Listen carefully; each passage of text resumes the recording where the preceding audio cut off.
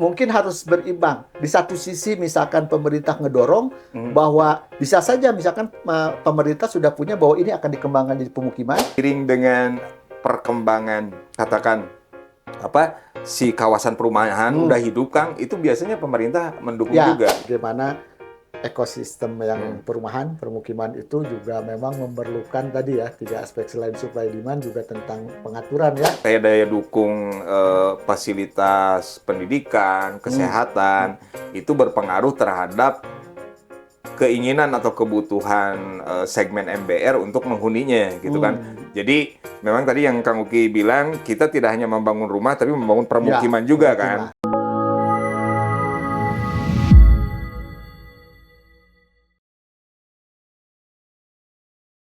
Bismillahirrahmanirrahim. Assalamualaikum warahmatullahi wabarakatuh. Waalaikumsalam warahmatullahi Selamat wabarakatuh. siang, wilujeng siang, sampurasun. Rampes. Kembali lagi ke PPJ Podcast P3JB Juara. Oke, ya hari ini, siang ini kita akan melanjutkan lagi. Saya masih bersama Kang Nurman ini. Siap, Selamat siang, atur nuhun Kang Nurman. Siap, sami-sami. Ya, kita ketemu lagi, kita ingin lanjutkan nih obrolan kita ya. Masih seputar isu-isu perumahan ya, khususnya di Jawa Barat. Mungkin sebelumnya saya sudah pernah memperkenalkan Kang Nurman ya. Beliau adalah seorang pengurus dari DPD Apersi Jawa Barat ya, yang mengurusi khusus di Litbang. Dan di season sebelumnya kita lumayan panas juga ya Kang Nurman. Seru juga. Kita bicara betapa persoalan perumahan dan permukiman itu tidak sesederhana yang kita bayangkan ya. Banyak banyak puzzle-nya ya, dimensinya betul. Yang boleh jadi nggak 3 dimensi ya. Multidimensi. Paling tidak kita tadi bicara kalau dalam pandangan saya kan 3 dimensi ya, meskipun kalau kata Prof. Arif itu 5 ya, 5 dimensi. Saya ekosistem perumahan. Ya, ekosistem perumahan itu kan paling tidak ada sisi supply-nya, ada sisi demand-nya, ada regulator, ditambahkan kalau pada lembaga dan keuangan. Betul. Ya, saya kira itu. Dan ini akan kita coba explore lagi ya, kita explore lagi sejauh mana kita melihat permasalahan perumahan ini. Sebelum kita melanjutkan, saya juga ingin menyampaikan bahwa media seperti ini adalah upaya kita, Kang Nurman ya. Siap. Kita ingin lebih banyak mengobrol dengan seluruh stakeholder ya, perumahan dan permukiman di Jawa Barat. Sekaligus juga kita ingin meningkatkan pemahaman masyarakat, literasi di tengah gempuran informasi media sosial yang kadang-kadang tidak terkendali juga, isinya juga tidak jelas, hoax, kadang-kadang juga hoax dan sebagainya. Begitu pula tentang, kalau kan perbedaannya zaman saya dulu Kang ya, waktu sebelum ada medsos, kita itu kan baca medianya itu kan jelas. Betul. Ada siapa yang menerbitkan, ada istilahnya dulu ya, anggaplah ada redaksi yang mereka menyeleksi kan, mana yang bisa layak untuk ditulis. Kalau sekarang kan nggak ada. Betul. Media sosial nggak ada. Siapa yang bertanggung jawab? Semua di-share. Semua orang nge-share. Dan kadang-kadang masyarakat kita, karena memang literasinya masih rendah, menganggap semua yang apa disampaikan di media sosial itu benar. Betul. Iya. Dan posisi kita, saya kira di sini sekarang, bagaimana kita mengimbangi. Ya. Kalau misalkan menutup saluran medsos kan agak susah ya. Nggak bakalan bisa kalau agak susah. Sudah kemana-mana, ini salah satu upaya kita agar informasi yang beredar di masyarakat berimbang. Betul. Dan masyarakat akan, jangan-jangan mungkin ada juga yang mengatakan, apa yang kita bicarakan hoax juga. Tapi mudah-mudahan kita insya Allah ya, kita ingin bicara lebih punya data, kemudian juga kita ingin yang kita bicarakan itu seperti tadi yang saya sampaikan adalah obrolan yang mengalir tapi merupakan sajian yang bergizi. Mudah-mudahan ada dagingnya. Ayah gegeleun. Oke, Kang Nurman, kita lanjutkan. Siap, Kang Uki. Sebelumnya kita udah bicara ya kiprah teman-teman dari Apersi ya, mereka sudah melakukan banyak hal. Kemudian juga kita bicara tentang backlog tentang backlog juga ya. Dan sekarang kita ingin lebih ke arah bagaimana kan tadi kita lihat Kang Non sampaikan bahwa perumahan itu kan sesuai juga undang-undang di kita kan terkait dengan permukiman. Kita Betul. bukan hanya bicara tentang bangunan rumah, tapi bagaimana kita bisa menciptakan sebuah permukiman. Di situ ada masyarakat, ada pola kehidupan dan sebagainya. Nah, kalau saya mungkin pengen dapat gambaran aja, mungkin Pak Kang Nurman atau teman-teman juga punya pengalaman. Ada nggak sekarang pengalaman ketika Kang Nurman mengembangkan sebuah perumahan itu di pedesaan dengan yang di perkotaan? Atau trennya kira-kira sekarang itu seperti apa antara perkotaan dan pedesaan? Baik, Kang Uki. Terima kasih kembali sudah bisa berkomunikasi, bersilaturahmi melalui media PPJ PPJ Podcast P3JB. Juara luar biasa. Terus terang ini menginspirasi kita juga, Kang Uki. Tadi di belakang layar ngobrol-ngobrol, perbanyak mungkin media yang bertanggung jawab dan menjadi pengimbang pengimbang informasi terkait, apalagi kita berbicara hal yang substansial sekali Kang Uki. Selain sandang, pangan kan papan juga papan terkait perumahan lah, realnya atau wujud nyata dari apa amanat konstitusi terkait dengan kelayakan huni itu kan rumah juga pada ujungnya. Nah, kalau berbicara terkait dengan segmentasi kita di dunia perumahan, memang kalau dari kita mungkin ngobrol mappingnya, Kang. Kalau teman-teman di Apersi itu kan kebanyakan itu wilayah MBR MBR dan rumah tapak gitu kan. Mereka segmennya berfokus pasar sasarannya ke sana.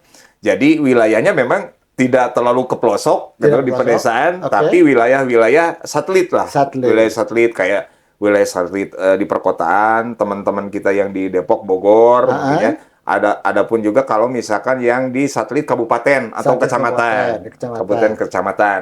Karena memang daya dukung tadi, kayak daya dukung fasilitas pendidikan, kesehatan, itu berpengaruh terhadap keinginan atau kebutuhan segmen MBR untuk menghuninya, gitu kan. Jadi, memang tadi yang Kang Uki bilang, kita tidak hanya membangun rumah, tapi membangun permukiman juga kan. Jadi, kalau misalkan teman-teman, misalkan kita mengembangkan 1 hektar kawasan. Nah, untuk 1 hektar kawasan dengan proporsi katakan lahan efektifnya 60%, 40% pasos-pasum. Pasos-pasumnya itu mungkin tidak terlalu lengkap dalam artian sarana pendidikan. Kalau sarana ibadah biasanya teman-teman ada. Tapi kalau sarana pendidikan kan tidak mungkin masuk kan gitu kan. Nah, makanya daerah-daerah yang kita kejar itu fokusnya kan yang ada penyangganya, daya dukungnya, daya dukung pendidikannya, dekat ke pasar kan gitu kan, dekat dengan area pendidikan. Jadi seperti itu, kan? Menarik nih. Jadi artinya ketika bicara kita tadi yang permukiman, yang konsepnya memang tadi kemasyarakatan, kan tidak bisa hanya teman-teman Apersi yang bergerak. Harus ada dukungan tadi yang pasos-pasum itu. Dan ternyata di situ berarti program pemerintahnya itu yang harus terintegrasi dengan itu kan. Betul sekali. Jadi mungkin harus berimbang. Di satu sisi misalkan pemerintah ngedorong bahwa bisa saja misalkan pemerintah sudah punya bahwa ini akan dikembangkan di pemukiman, berarti harus menyiapkan. Atau malah teman-teman Apersi melihat, ini udah berkembang, rumahnya belum ada, sehingga mereka masuk gitu ya. Betul. Biasanya yang sering terjadi apa? Teman-teman Apersi dulu yang masuk, kemudian nanti ada dukungan pemerintah, atau melihat dulu yang yang sudah lengkapnya dulu, baru Apersi bisa. Rata-rata kan terkait kalau misalkan idealnya kan si lokasinya strategis. Dekat kemana-mana gitu. Tapi otomatis kan harga lahan. Harga lahan. Teman-teman ini punya hitungan ini berapa maksimal lahan yang bisa dikeluarkan oleh mereka. Ya acuannya tadi saya bilang lahan itu jangan lebih dari 30% dari HPP ya. Nah, makanya sebenarnya kalau PSU sarana prasarana yang dasar, jalan lingkungan, masjid semacamnya kayak drainase, kita menyiapkan juga gitu kan, menyiapkan secara internal. Cuman daya dukung lingkungan di luar kawasan itu gitu kan yang memang diharapkan. Tapi seiring dengan perkembangan katakan si kawasan perumahan udah hidup, Kang, itu biasanya pemerintah mendukung juga gitu. Ya itu, saya kan tahu juga ya bahwa di pemerintah kan ada dukungan PSU ya, Betul, sarana dan utilitas. Iya. Nah, itu kan sebenarnya dalam rangka juga ngedorong ya agar harga yang terciptanya juga bisa tersubsidi ya melalui itu. Sementara sebenarnya teman-teman juga sebenarnya juga ada ya yang membangun PSU-nya sendiri juga ya, seperti itu. Jadi gini Kang, sekarang itu kan kalau dulu kan kayaknya matching-matching saja bantuan PSU dari pemerintahan. Tidak ada prasyarat, misalkan di perbankan kan sekarang ada PIP ya. Jadi sebelum akad daya dukung jalannya harus bagus. Ya. Nah, kalau dulu kita bisa masih nunggu PSU Kang, gitu kan, nunggu bantuan PSU. Tapi karena sekarang itu dipersyaratkan oleh perbankan untuk akad gitu, makanya mau tidak mau kan kita bangun sendiri Kang. Nah, kalau dulu jadi artinya karena udah ada. Karena misalkan dulu tidak dipersyaratkan oleh perbankan, karena tidak dipersyaratkan. Jadi kita cukup pengerasan saja. Nah, kemarin juga kebetulan gini Kang ceritanya dari Balai Perumahan. Ya. Kemarin itu kita bikin MOU dengan DPD Jabar. Kita di DPD Jabar itu bikin Pokja PSU. Pokja PSU ya. Karena memang terus terang itu sangat membantu ke kita kan. Kalau dulu sangat membantu sekali. Cuman masalahnya kita bikin kerjasama. Nah, teman-teman ini kayak misalkan saya ada anggota yang lokasi perumahannya bisa 1.000 unit. Kan? 1.000 unit di daerah Bogor. Ada kawan kita, senior kita, Bang Herman. Ketika ditawarin, saya bukannya nggak butuh kan. Tapi karena memang pasarnya, kalau misalkan kita jualan, jalannya masih jelek, susah marketnya. Jadi, terus misalkan kita ngajuin PSU, kita kan belum tentu nerima juga gitu kan. Apalagi sekarang dipersyaratkan bank gitu. Nah, makanya kemarin ke teman-teman balai juga kan ada tawaran PSU itu sebenarnya teman-teman mau. Cuma kan karena harus bagus di awal jalannya dan belum tentu menerima. Jadi usulan kita dari Apersi itu gini aja katanya ke pihak balai itu. Bagaimana kalau misalnya kerjasama dengan perbankan, teman-teman yang ngajuan PSU bisa belum menyelesaikan jalannya karena menunggu bantuan PSU, tapi ada jaminan lah. Ini ada isu menarik antara tadi sinkronisasi. Gitu, ya? betul. Sinkronisasi betul. Sebenarnya itunya sudah udah on the track. Pemerintah sudah mau membantu. Ya, kemudian perbankan juga dari sisi kepentingan masyarakat kan ingin terjamin. Betul. Cuma masalahnya ketika ini sinkron ya. Sekali lagi kan seperti itu. Perubahan itu banyak variabel. Nah, ini yang perlu ngonek-ngoneknya itu Kang Uki. Program PSU-nya ada tapi gitu kan. Sisi perbankan inginnya ini sebelum akan sudah ada, sementara ini belum bisa kan? Belum bisa. Nah, itu sudah ada. Dalam proses lah katakan. Nah, ini saya kira betul. Harus kedepannya jadi bisa disinkronkan lah Kang Uki. Jadi program pemerintah dengan programnya teman-teman atau boleh jadi mungkin di sisi perbankan juga bisa melihat apakah misalkan komitmen dari pemerintah itu sebenarnya sudah cukup. Betul. Kan bisa aja seperti itu kan. Tinggal ya mungkin ya harus pengendaliannya ya. Jangan sampai ada yang main curang gitu ya. Atau tidak bertanggung jawab lah kira-kira ya. Sebenarnya kalau kata Kang Uki bisa dikonekkan itu keren sih. Dan teman-teman pasti menyambut dengan baik kan. Jadi paling tidak misalkan di Jawa Barat tahun ini ada sekian PSU, sekian kilometer dinasuk, kemudian jalan. Kemudian juga perlu nggak alokasinya, misalkan di mana dan sebagainya itu perlu ada juga gitu ya. Dan itu ada hitungannya untuk sekian satu unit atau berapa unit perlu ada hitungannya. Kan? Untuk bantuan PSU saat ini 50% dari existing Kang. Misalkan dari site plan itu kita ngebangun si pengembang 100 unit. Jadi yang berhak mendapat bantuan itu 50%-nya Kang. Jadi cuma 50 unitnya. Kalau 200 bantuan PSU-nya untuk 100 unit gitu kan. Jadi bagus juga sih buat biar merata gitu kan. Biar merata. Dan itu artinya ada alokasi tiap tahun dari pemerintah ya? Ada alokasinya. Bahkan sekarang udah ada digital kan, pendaftarannya bisa online. Kalau dulu kan mesti ke Jakarta. Sekarang udah persyaratan teknis administrasi di bawah, sekarang udah bisa by system. Gitu. Ada by system. Semua developer atau pengembang bisa mendaftarkan itu. Bisa mengajukan. Dan nanti akan mendapatkan ya. Kira-kira gambarannya berapa persen dari kebutuhan itu yang bisa tertutupi itu? Misalkan apa masih rendah atau sudah Iya, masih rendah sih masih kan. rendah ya? Masih rendah. Selain kendala yang tadi sistem yang Ya, masih belum belum klik sinkron. dengan di perbankannya gitu kan. Ah. Sekarang kan teman-teman masih mengasumsikan yang dulu kan mesti ke Jakarta, bawa mau bolak-balik gitu. Padahal dari Sebenarnya Balai udah bisa. udah by system.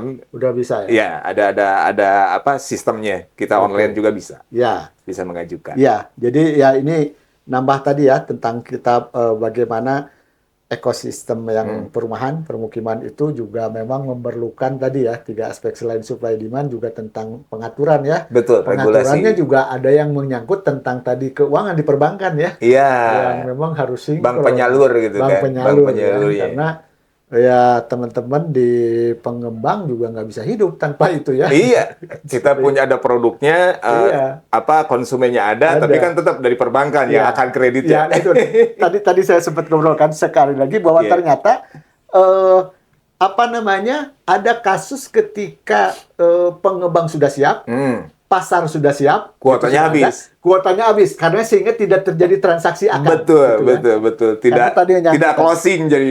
Iya, tidak closing ya. Ya dan kasusnya biasanya habis apa Kang? Habis kuota itu diperalihan Kang. Bulan Desember Oh, itu ke bulan Januari nunggu anggaran tahun berikutnya ya di sana ada jeda yang oke. biasanya dikomplainkan oleh teman-teman kita. Nah, yang menarik gini, ya ini pertanyaan saya. Hmm, Ada kuota, Ya. ada penyerapan. betul. Nah, kan ini bisa ada dua kondisi. Iya. Apakah kuota itu surplus atau defisit? Iya, iya. Nah, sekarang yang kasus terjadi teman-teman nggak bisa transaksi karena ternyata defisit ya. Defisit. Kuotanya defisit. Kalau kuota Kehabisan. itu pasti habis kan? Kalau Biasanya kuota itu habis. pasti habis gitu kan. Kisaran rata-rata tahunannya itu 200 ribuan lah yang disediakan pemerintah. Itu habis ya? Habis kan? Pasti habis gitu kan. Apalagi sekarang kan target yang teman-teman itu kan FLPP kan, nama FLPP programnya masuknya ya, Fasilitas skemanya ya. Likuiditas Pembiayaan Perumahan. Nah ini yang paling favorit teman-teman gitu kan, karena masuk gitu kan, marketnya ada, Ya. harganya juga Harganya masuk. bagus. Cuman masalahnya itu di akhir tahun dan awal tahun suka ada jeda. Nah jeda ini kan kata kau kita tadi, kenapa teman-teman tidak memperhatikan kalau oversupply nih gitu Nah. kan, kuotanya udah habis Ya. nih gitu kan. Itu Ya. sama kayak Pak Ara kemarin kayak gitu Pak. Betul. Kemarin gitu ya. Sempat mengeluh juga sama itu ya. Nah, iya. Ah. Makanya sebenarnya sekarang ada program dari Kemen PUPR Pusat itu ada HRIS gitu kan. Jadi satu data center Pak dari pemerintah, datanya katakan kuota ini standby, bisa diupdate. Ya. Oh bulan Desember nih udah tinggal sisa 3 atau 5. Nah teman-teman itu kemarin itu tidak ada keterbukaan seperti itu kan. Oke, ini biar masyarakat mungkin semakin paham ya. Jadi ada di pasar perumahan itu memang ada pasar yang memang mendapat subsidi dari pemerintah. Betul. Dan ini biasanya memang sangat menarik ya dari Ya, sisi ya. supply maupun dari sisi pasar. Dan itu masalahnya memang pemerintah menentukan kuota. Iya, Jadi ada kuota. ada misalkan per tahun itu 200.000 unit kira-kira ya yang akan mendapatkan subsidi yang FLPP, Kuota skemanya subsidi. FLPP ya. FLPP. Itu biasanya di bunga. Di Bunganya bunga, ya. di Ada bunga. subsidi untuk bunga. Subsidi bunga. Nah, tadi yang kita angkat adalah ketika pasar dan supply dan demand-nya sebenarnya sudah ada tercipta gitu ya. Bangunan rumahnya sudah ada, yang mau belinya sudah ada. Iya. Tapi kuota FLPP-nya atau subsidinya habis. Iya. Nah, ini menjadi menarik ketika bahwa berarti kita harus perlu mereformulasikan lagi kan Betul, bagaimana. betul Kang. Kenapa kalau misalkan kita ingin mendorong ya, Iya. sekarang idenya udah tercipta, berarti ya memang balik lagi bahwa kuota FLPP-nya itu perlu artinya secara kasarnya perlu diperbesar. Ya, Tergantung betul sekali. kemampuan pemerintah kan, Ya, berarti ya. kan? Bagaimana pemerintah menggunakan. Dan solusinya kemarin itu sebenarnya Ya. sudah ada tawaran, Kang. Ada tawaran. Kan komposisi bantuan FLPP itu 75% dari APBN, Oke. 25% dari perbankan kan. Oh. Nah, kemarin ada usulan biar kuotanya tambah banyak nih, karena target itu kan 500 sampai 800 ribu untuk FLPP itu, biar target 3 juta rumah per tahun itu kesampaian. Harus Nah, gimana katanya kalau dari Kementerian PUPR itu komposisinya dari 75 jadi 50% dari 50. pemerintah. Oke. APBN, 50%-nya dari perbankan. Itu subsidi ya maksudnya? Ya, subsidi biar kuotanya lebih banyak, Kang. Otomatis kan kalau misalkan kuotanya awalnya 75%, sekarang jadi 50%, bertambah jumlah kuota. Di 330 ribuan lah bisa nambahnya. Artinya perbankan perlu memotong. Perbankan perlu invest juga dianya Invest. gitu kan. Invest dalam bentuk apa, potongan bunga atau Kalau apa bentuknya? jadi bantuan pembiayaannya Kang dari total 168 juta itu. Untuk harganya. agar terjadi akad tadi ya. Iya. Ya? Oh, sorry. Transaksinya gitu kan. Nggak, tadi saya agak ke ini dikaitkan dengan soal subsidi bunga ya. Karena ada selain FLPW ada subsidi selisih bunga juga gitu. Oh, kalau FLPP itu untuk yang itu, untuk yang MBR. Apa tadi yang bermodalan untuk yang itu ya? Iya. Transaksinya ya. Iya, keseluruhan dan ada konsep kalau dari kementerian itu kan ada pembiayaan, ada pendanaan, Kang. Kalau pembiayaan itu kan pengeluaran yang dikeluarkan tapi akan diterima. Istilahnya dana bergulir, Kang. Ya. Dana bergulir. Jadi bergulir terus kan. Termasuk kalau hitungan Prof. Arief itu kan sebenarnya 2025 itu sudah tidak tergantung lagi ke APBN. Harusnya gitu. Harusnya. Karena kan dana bergulir, Kang. Itu sejak 2010 tiap tahun kita invest. Kan misalkan gini, Kang. Kang Uki dapat program FLPP. Ya. Nah, Kang Uki nanti balikin.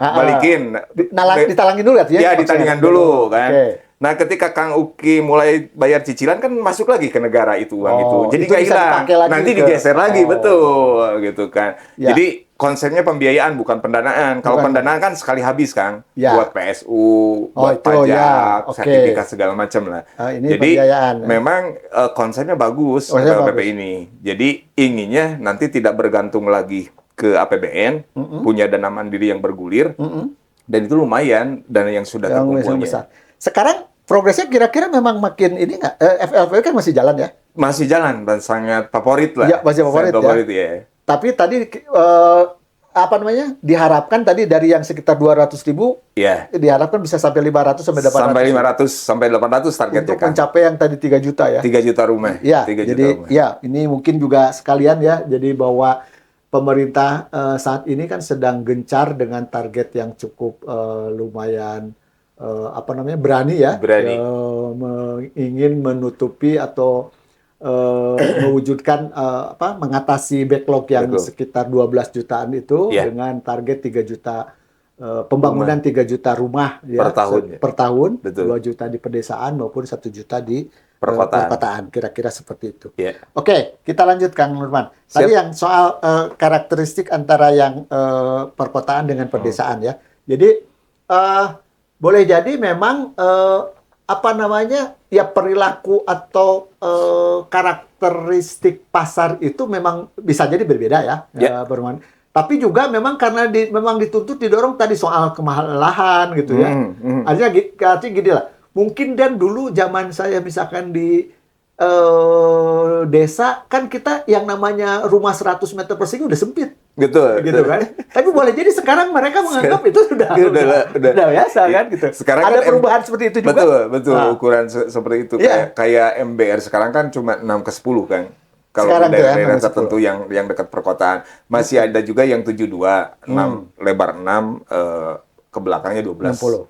Karena memang ada peraturannya kan terkait lebar coupling rumah minimal untuk MBR. Ya, secara regulasi memang kita juga sudah ada ya Kang. Betul. Di bawah salah satu aspek dari rumah layak huni, rumah tinggal layak huni itu kan dari sisi luasan. Luasan itu standarnya biasanya di kita hitung itu 7,2 meter persegi per jiwa. Iya. Atau 8 ya yang idealnya. Atau disingkatkan 8. Jadi kalau yang saya tuh 7,2 itu kalau misalkan ada 4 orang ya, ayah, ibu, kemudian 2 orang anak, kira-kira tipe 28 lah ya. Iya. Kali 4. Cuma saya agak ngebayangin seperti 28 ya. Tapi kenyataannya memang seperti itu. Iya. Jadi sebenarnya idealnya dulu kan sempat dikritik juga terkait definisi rumah layak huni itu kan makin menurun sekarang. Dulu kan 50, 48, sekarang 36. 36 itu dikomplain juga.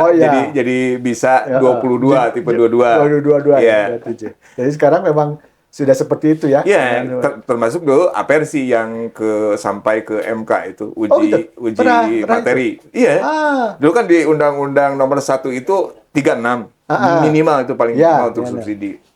Cuman karena lahan makin susah, makin mahal. Dulu ada waktu itu teman-teman juga kan yang ngebangun tipe 22, akhirnya diuji materi dan diperbolehkan kan. Jadi bisa sekarang 36, 22 sampai 36 masih diperbolehkan jadinya. Masih diperbolehkan. Cuman kan idealnya memang lebih besar gitu kan. Kalau 22 artinya hitungannya tadi itu berapa jiwa? 3? 3 kan. Satu anak. Ada satu anak. Oke. Ya. Ya itu persoalan di kita tentang lahan itu merubah memang jadinya ya termasuk juga paradigma ya tentang rumah layak huni dan juga regulasi di kita ya. Betul. Yang dulu boleh dikatakan mungkin kita agak boros gitu ya. Dikatakan sekarang mau nggak mau kita memang dituntut untuk menghemat tadi sehingga menjadi relevan memang menjadi kalau khususnya perkotaan itu menjadi vertikal ya. Harus vertikal kalau perkotaan. Nggak bisa land di house lagi kan. Karena untuk MBR untuk segmen MBR itu nggak mungkin tapak lagi kan gitu kan sekarang. Karena harga tanah udah nggak kekejar gitu kan. Ya. Jadi saya melihat memang teman-teman yang mengembangkan rumah insan yang sederhana juga kan sekarang tuh sudah bisa untuk yang 2 lantai ya, bukan lagi rumah tapak. Jadi artinya bisa rumah tumbuh lah, bisa jadi rumah tumbuh. Jadi dengan lahan yang sedikit dia memang masih bisa diatasin. Ya ini menjadi tantangan teman-teman juga ya di seluruh stakeholder perumahan ya, baik itu para penelitinya gitu ya, para pengembangnya, juga kita dari sisi pemerintah untuk mendorong agar ekosistem tadi termasuk regulasinya memang saling mendukung gitu ya. Oke. Sepakat. Ya. Nah, saya masih ingin mengangkat tentang isu tadi tentang pertanahan. Ini sekarang kan isu tentang izin. Seksi nih pertanahan. Ya, karena tadi tanah itu kan nggak bisa ditambah. Ya, artinya luas tanah itu udah terbatas segitu. Kan? Udah segitu kan. Artinya populasinya nambah terus. Populasinya nambah. Berarti kan peruntukannya kan sekarang yang di DPR itu. Artinya dengan lahan yang terbatas, penduduknya bertambah kan berarti kita harus peruntukannya makin padat gitu ya, makin padat per meter perseginya lah kira-kira. Nah, kaitannya dengan ini kan tentu saja adalah di hulunya adalah bagaimana kita memperoleh lahan gitu kan untuk mendapatkan izin dan bisa membangun. Nah, terkaitan dengan izin lahan itu kan biasanya apa, Kang? Misalkan dari tata ruangnya dulu, misalnya teman-teman apersi itu atau langsung ke lokasi atau gimana? Ya, kalau terkait lahan kan yang sangat krusial kan, karena itu istilahnya bahan mentah kita ya selaku developer. Nah, terkait dengan lahan kan rata-rata sekarang udah ada KRK, kesesuaian ruang ya. KRK, terus di sananya rata-rata Pemda itu sekarang udah ada RDTR-nya, pembagian lahannya. Kalau misalkan contohnya aja di Garut, kalau mau mengembangkan itu kita cek dulu kan terkait tata ruangnya dulu apakah lahan hijau atau apa. Terus di KRK-nya cocok untuk permukiman, kita cek juga di pertanian, Kang. Oh iya, saya mau ngangkat. Ada namanya LP2B. Apa lahan yang kalau lahan abadi gitu ya, lahan sawah abadi gitu. Abadi gitu kan. Itu nggak boleh diapa-apain. Itu nggak boleh diapa-apain juga kan. Dulu teman-teman apersi ngobrol dengan Pak Bupati juga, silakan perizinan retribusi yang lain kita permudah untuk MBR, tapi terkait LP2B jangan nggak bisa gitu kan. Terus sekarang kemarin yang sempat ramai itu LSD kan, lahan sawah dilindungi. Oh iya, maksud saya yang ini, Bang. Yang LSD. Ada LSD sama tadi satu lagi? LP2B. Kalau LP2B mah oleh Dinas Pertanian, kalau LSD dari BPN. Dan itu pun di pusat, kan? Dan sama-sama itu yang nggak boleh dipakai dua-duanya? Nggak boleh dipakai dua-duanya. Jadi teman-teman kalau misalkan ada lahan bagus, kena LSD, baik, mundur juga. Sebenarnya bisa pengajuan ke pusat, kan, gitu kan. Cuman kan ribet kan gitu kan kalau pengajuan ke pusat. Ya ini sempat waktu di sebuah talk show ya, saya juga kalau nggak salah waktu itu juga sempat terlibat.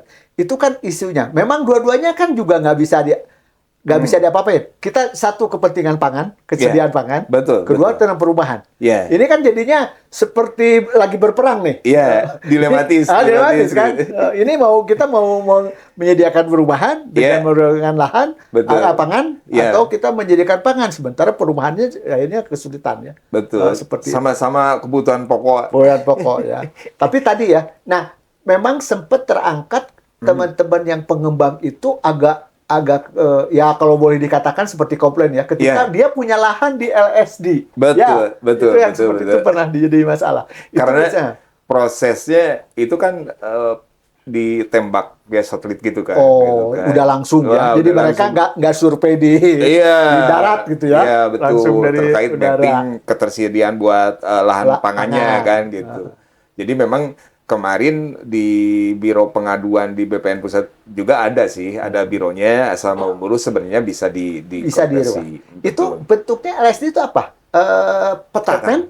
Enggak, permen, Kepmen atau apa? Maksudnya per tahun ada penetapannya atau gimana? Kalau LSD yang ditetapkan oleh Kepmen juga kan, di ATR BPN-nya. Jadi selama Kepmen itu belum berubah berarti itu tetap Iya, dan ada peta LSD-nya gitu kan. Itu skalanya seperti RDTR juga. Iya, betul. Kadang-kadang kita cross check-nya di dua tempat, Kang. Di tata ruang sama di BPN.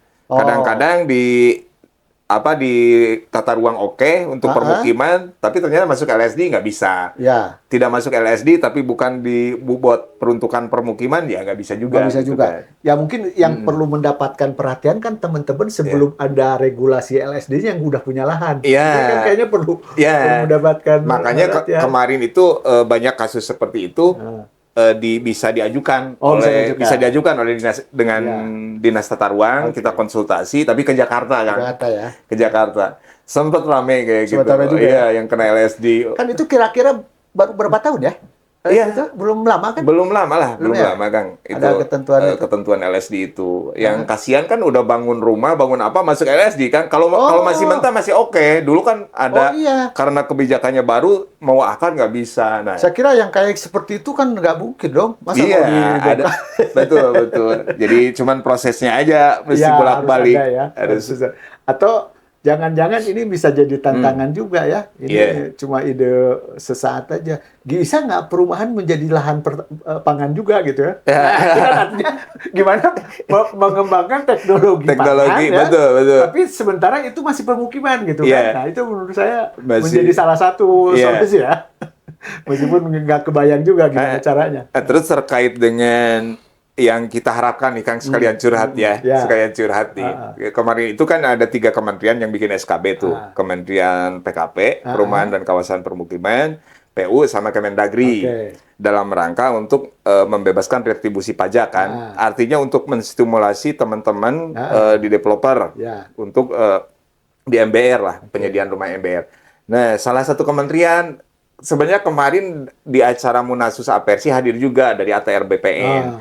Salah satu yang Akang bilang tadi kan lahan dari awal kita buka sampai akhir akad itu kan kita urusan dengan BPN kan gitu. Nah, seyogianya kan karena tadi itu ini bukan hanya kerjaan satu kementerian, bukan kerjaan satu pihak untuk menyediakan backlog yang hampir 168 juta MBR itu. Ada baiknya, bukan ada baiknya, harusnya dari pihak ATR BPN juga ada kekhususan kan. Ada kekhususan terkait dengan proses sertifikasi, proses leasing segala macam gitu, baik dari waktu dan biaya. Itu lumayan besar kasus yang lumayan kan, lumayan. Banyak teman-teman yang terhambat itu. Iya. Soal tadi. Terus terang itu lumayan jadi cost center dari kita kan, terkait sertifikat, induk segala macam. Artinya nggak bisa dijual gitu ya? Iya, nggak bisa diapa-apain. Jadi kalau simpelnya sekarang itu tinggal 2 Kang. Kita bisa jualan itu PBG keluar, dulu IMB sama sertifikat. Sertifikat. Iya. Jadi kalau PBG-nya udah dibantu nih sama sekarang sertifikatnya dong buat MBR gitu kan. Kan ujungnya buat MBR juga kan. Jadi teman-teman katakan sekarang bagusnya harga tetap ya. Kalau misalkan bisa pada gratis semua sih oke. Jadi itu ya. Jadi kemudahan untuk mendapatkan sertifikasi dan juga kalau pembiayaan mungkin nggak terlalu mahal. Pembiayaan lumayan kan Mahal juga? di lapangan. Oh gitu. Di lapangan Lapangan kan tuh suka artinya- beda, Kang. Makanya maksud saya ada resmi dan non resmi ya. Iya. Makanya saya bahasa halusnya cost center lah. Ke center ya. Secara aturannya sebenarnya nggak mahal. Nggak mahal kan? Nggak mahal. Iya. Oke. Tapi ternyata Ada mahal. PNBP-nya, Iya, semuanya kan, sudah sebenarnya. terregulasi. Seperti Tapi kan di PBG kan lapangan. nggak terlalu berat menurut saya. Apalagi sekarang malah dibebaskan ya. Iya, dibebaskan. Tapi kan ada konsultan untuk itunya, Ya, biaya itu kan ada konsultannya. memang proses asistensi ya Iya, di proses dalam asistensi. SIMBG itu yang biasanya memang ini belum klop ya antara Iya, ketersediaan tenaga ahli Iya. yang memang perlu asistensi. Akhirnya ya saya kira sangat wajar ketika mekanisme pasar Iya, ya betul, supply betul. demand-nya nggak imbang pasti Iya. akan jadi cost kan. Betul, betul. Dan sebenarnya masalah standarisasi bangunan juga, Iya. Kang Uki, Heeh. kalau baru kemarin kan baru terbit tuh aturannya, peraturan Kementerian PUPR kalau nggak salah terkait dengan prototipe rumah Oh, sederhana. iya. Oke. Itu kan ada acuan Iya. 8 variasi gitu kan. Sebenarnya teman-teman misalkan kalau Oh, subsidi kan seperti gitu. simple gitu kan, acuannya ke sana juga sebenarnya bisa jalan gitu kan. Artinya maksudnya Mm-mm. belum menjadi solusi yang optimal gitu, yang seperti itu. Jadi maksud saya ketika sudah ada prototipe dari pemerintah, itu kan teman-teman tinggal mengacu ke sana. Iya, Tinggal betul. mengacu ke Harusnya sana, gitu. kita lebih simpel gitu. Iya. Jadi nggak udah ada konsultan segala macam. Oh iya, sebenarnya yang saya pahami gitu Pak. Jadi Betul. rejimnya sekarang dulu IMB, Iya. rejimnya itu izin. Betul. Sehingga semua daerah biasanya punya perda dan sebagainya. Sekarang Iya. kan udah nggak ada. Harus Betul. sekarang itu regulasi hanya ada nasional dan berlaku di seluruh daerah. Iya. Dan yang kedua sekarang itu kan dari dulu rejim izin menjadi persetujuan. IMB menjadi PBG. Betul. Persetujuan bangunan gedung. Nah harusnya Oh tadi, iya, Saya, iya baru, kan? saya baru nggak gitu. Iya, jadi persetujuan Saya itu, persetujuan ya, iya, Pak Iji. sifatnya adalah atau dasarnya adalah standar. Ketika tadi misalkan sudah ada tipologi, Iya. ya udah ngikutin itu, selesai. Selesai gitu kan. Gitu. Dan karena rumah tapak dan satu lantai itu simpel sebenarnya secara ini, secara acuan. Ya.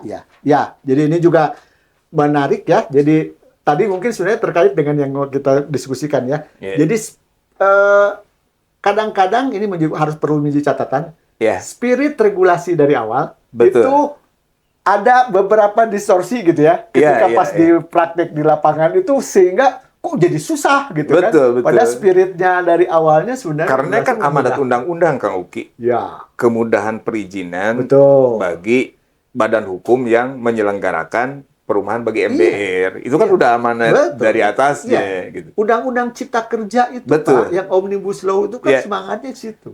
Betul, Gimana betul, caranya betul. kita tuh kan katanya ketertinggalan di persaingan Investasi, global ya. usaha, Itu kan di segala situ. macam, iya, iya. Soalnya di perizinan kita. Perizinannya Dan ribet salah gitu kan satunya birokrasinya. harus dirubah. Betul. Saya kira ya mungkin PR-nya tadi catatannya Pak Nurman kan diimplementasi ya. Ya, terutama di daerah ya. Nah, itu satu lagi ya, sekali lagi ini. teman-teman. Karena eksekusi kita orang Ada lapangan di daerah, Ada Pak. di daerah. Jadi ini perlu mendapatkan perhatian juga nih ya. Banyak-banyak ngobrol lah kata Kang Uki, Pak. Betul. Perlu banyak ngopi lah dengan Iya. teman-teman. Oke, ya, ini tentang lahan. Kemudian sekarang tadi kan udah tentang yang perizinan lahan ya. Nah, sekarang sebenarnya tadi kita sudah udah menyentuh juga ya mengenai masalah tadi. Pemanfaatan ruang tadi sudah ya bahwa ada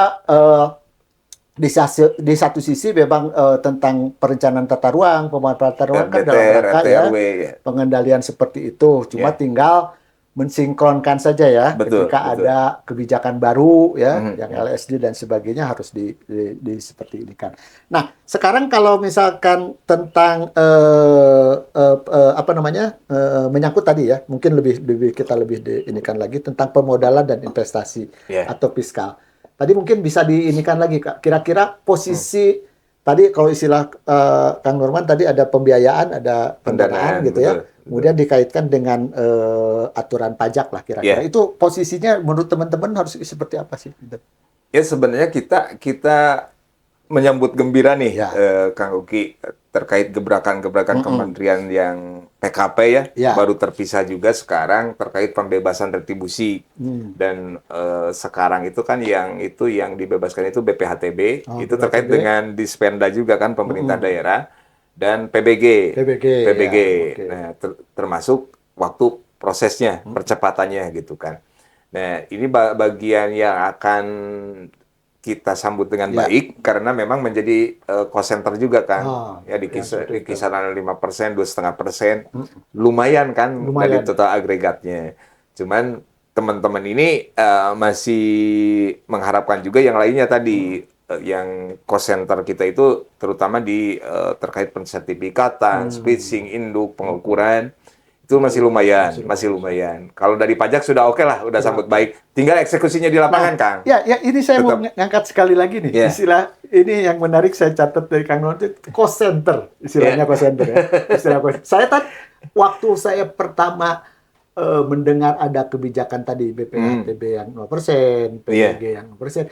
Saya kan membacanya hanya dari sisi aturan ya. Betul. Saya bilang kecil kok. Artinya dalam pandangan saya nggak terlalu signifikan sebenarnya kalau kita mengatakan sebagai cost dalam arti memang cash flow keluar ya. Iya. Tapi Dari total HPP-nya aja lah. Nah, tapi kelihatannya Kang Don melihat bahwa ada masalah proses waktu. Betul. Ada masalah kemudahan Iya. yang ujung-ujungnya pasti menjadi cost ya. Iya, Kira-kira seperti iya. itu ya. Ada biaya-biaya tak terduga lah. Nah, ya itu. Termasuk yang hal-hal yang seperti tadi. Terduga sih, tapi Terduga suka ya. Terduga tapi tidak terregulasi. betul, Oke. betul. Ya, jadi ini juga menjadi menarik. Oke, nih terakhir saya kira nih isu kita tewas sekarang kita ingin langsung menyangkut tentang ini. Sekarang kan kebijakan pemerintah nih untuk yang 3 juta tadi ya kita. Saya ingin dapat pertama ini kira-kira di teman-teman Apersi ini suatu prospek yang seperti apa atau malah masih kebingungan nih Kang? Seperti apa?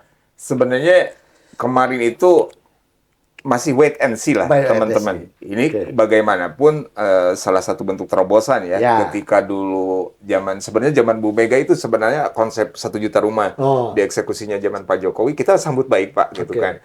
Dan selaku dari asosiasi yang memang concern ke MBR dari awal gitu, kita sangat welcome Pak. Cuman masalahnya kembali lagi kita lihat karena kemarin baru diumumkan oleh BP Tapera selaku eksekutor atau pelaksana investasi pemerintah.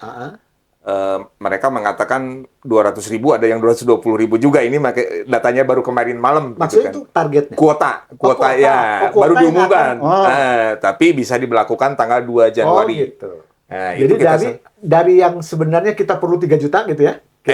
Sekarang baru yang bisa dipastiin baru 200. Enggak, komponen kita dari MBR itu 500.000 target pemerintah. Sekarang yang udah ada 200.000 kan. Ya sudah lumayan lah. Ya sudah lumayan. Tapi kalau gitu nggak ada bedanya dengan tahun-tahun kemarin, Pak. Sama aja gitu. Sama aja gitu kan. Makanya target yang 500 sampai 800.000 kita tunggu terpenuh. Jadi realisasinya, inginnya teman-teman tadi yang kita bicara soal kuota ya. Betul. Itu harusnya sampai ke 500. Karena kita ngebangun kalau nggak ada kuota nggak bisa. Nggak bisa, Pak. Itu kan sekali lagi bahwa memang tadi perhitungan kuota itu menyangkut kemampuan fiskalnya juga pemerintah ya. Betul. Memang harus ngedorong seperti itu. Itu angka 500 itu pernah diiniin dari Apersi atau dari pemerintah sendiri? Udah diplot dari pemerintah, Pak. Memang harus yang 3 juta itu kan 2 juta di pedesaan, 1,5 juta berupa rutilahu, yang 500.000-nya itu rumah baru di bawah 100 juta lah. 100 juta, yang tanah-tanahnya dari pembebasan oleh pemerintah. Gitu. Nah, yang kita itu kan segmennya yang 1 juta di perkotaan. yang 1 juta ke perkotaan. Cuman yang 1 juta itu yang di daerah MBR itu yang di ruralnya 500. Yang kata Bapak, kata Kang Uki itu yang 500 lagi rumah susun. Itu masuk juga berarti ya? Iya. Jadi komponen 3 juta itu sebenarnya ada segmen-segmennya, Pak. Nah, kita di Apersi fokusnya yang di perkotaan tapi di rumah tapaknya. Rumah tapak. Kalau yang masuk ke pedesaan itu gede loh, 2 juta. Nah, itu gimana? Itu 2 juta itu kalau rutilahu kan udah ada segmennya. Udah ada segmennya, udah ada inilah. pemerintah. Saya dengar targetnya pemerintahan sekarang itu membangun yang 500 ribunya itu 40 rumah Yang per desa. per desa itu. Ya, saya pernah dengar. Iya. Itu per desa. Kang Ugi udah dengar Ya, juga ya. pernah dengar itu. Katanya Nah, mau targetnya seperti itu. Jadi implementasinya seperti apa kita wait and see kan. Kita Tapi wait itu and- sementara ini belum masuk ke ranahnya teman Apersi ya. Kalau yang tadi teman-teman program yang developer itu ya, kalau yang di perdesaan belum kesentuh kan. belum, Kesentuh karena memang realnya di lapangan akan seperti apa, termasuk misalkan kemarin itu kan tanahnya disediakan oleh negara dikurangi 30% lah gitu Ya. kan. Apakah masih masuk di hitungan teman-teman, tinggal ngitung biaya konstruksi sama biaya overhead-nya, perizinan segala macam masuk nggak gitu kan. Kayak gitu aja. Karena- Kalau masuk sih kenapa tidak? Kenapa enggak ya? Jadi sebenarnya kan seharusnya sama aja ya. Iya, Mau pedesaan sama sama aja, Batannya sama aja, ya. Pak. Betul. Dan ujungnya kan untuk mengurangi backlog lagi. Iya, itu sama sebenarnya. Cuma tinggal kan ketersediaan lahan kan. Yang Betul, beda kan itu aja betul, kan. betul. Ketersediaan lahan yang di Ya kalau di perkotaan. pedesaan itu kan asumsinya udah tanah yang dari Kejagung, Oh, tanah yang bermasalah sitaan itu. sitaan atau tanah milik negara yang itu idle gitu kan udah ya. ada gitu ya. Seperti Jadi itu. bisa Nah, kita nonton aja deh, nonton dulu kalau segmen itu mah gitu kan. Iya. Ini yang segmen yang jelas masih 200.000 kan nggak ada bedanya sama yang kemarin gitu. Saya pengen tahu, ini kalau misalkan skema atau polanya yang tanahnya dari pemerintah, kemudian yang ngebangun adalah pengembang, itu memang belum ada ya? Pernah nggak? Belum Belum ada? ada kerjasama pemerintah dan BUMN. Kalau dengan Biasanya BUMN gitu. Tapi bisa kan itu ada. skemanya tetap bisnis kan? Iya, skemanya tetap ada profit gitu kan. Harusnya kan lebih ke layanan ya kalau pemerintah. Nah, kalau ke swasta tinggal nilai profitnya ada juga. Terus skemanya dari misalkan ribuan pengembang ini, skemanya kayak gimana nih untuk yang membangun rumah tapi tanahnya disediain negara. Kan itu belum Ya, itu ada. maksud saya. Belum Itu ada yang belum Kang ada Uki. kan? Iya, Skema belum polanya ada. seperti itu belum ada. Jadi memang kita juga belum berharap banyak karena kan kementeriannya baru Pak, Oktober gitu kan ya, akhir tahun. Terus mereka juga lagi mapping permasalahan. Betul. Terus mereka juga nyusun struktur organisasi. Ya jadi tidak terlalu berharap banyak, tapi saya apresiasi keterbukaan mereka. Gitu. Ya, tapi nah ini terakhir yang saya ini. Sebenarnya dari sisi ini berarti secara ini apa? Optimis? Pesimis? Kalau saya sih harus optimis. Pak. Optimis. Harus optimis. Artinya optimis dengan catatan ya. Optimis dengan catatan, apalagi PPN 12%. Ini belum sempat kita bahas ya. Belum sempat kita menurut saya bahas. sangat menarik juga. Iya. Dan ini menjadi isu sekarang. Tapi Ya, mengikis daya beli Pak nantinya. memang itu benar ya. Betul. Memang ada pengikisan. Kalau saya kan secara awam kan naik 1% masa sih berpengaruh gitu kan. Kalau gitu secara kan. awam kan saya berpikirnya gitu. Ada itu berpengaruh ya? Iya, Sangat berpengaruh. berpengaruh ke daya beli konsumennya Pak. Ke daya beli. Ke daya beli konsumennya. Oke. Seperti itu. Ini Kang Nurman, ini Siap. saya kerasa ini waktunya sebenarnya Luar ini biasa. masih banyak ini. Ini kayaknya perlu kita lanjutkan. Isu perubahan dan permukiman Iya.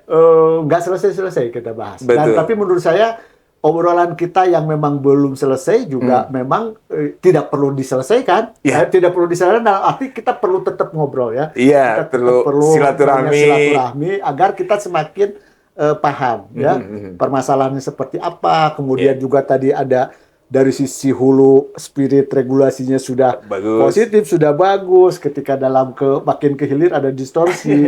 Di mana Distorsi. kira-kira ya ada masalah-masalah. Saya kira itu beberapa poinnya. Saya kira hatur nuhun Kang Nurman. Sami-sami, Kang Ya, Nugi. mudah-mudahan kita bisa Sami-sami. ketemu lagi, Iya. kita bisa ngobrol lagi. Bukan yang pertama dan Bukan terakhir. pertama. Oke. saya Nanti kira- diundang ke DPD Jabar. Siap. Saya insya Allah kita bisa ngobrol nanti setelah saya siap. yang jadi tamu. Oke, saya kira obrolan kita pada siang hari ini sudah lumayan panjang dan berisi beberapa poin yang memang menjadi mudah-mudahan menjadi pencerahan ya, baik itu sebagai informasi untuk masyarakat maupun sebagai untuk bahan perumusan kebijakan terhadap pemerintah. Oke, sekali lagi terima kasih atas perhatiannya. Mohon maaf kalau ada kekurangannya. Salah-salah kata. Ya, kalau ada salah-salah. Menyinggung. Ya, saya kira salah satunya nggak ada masalah ya. Kita memang ngobrol mengalir, kita mungkin ada beberapa lagi. Mohon maaf kalau ada salah-salah kata dan mudah-mudahan ini sajian kita menjadi sajian yang bergizi. Amin, amin, amin. Sekali lagi kita di PPJ Podcast P3JB Juara.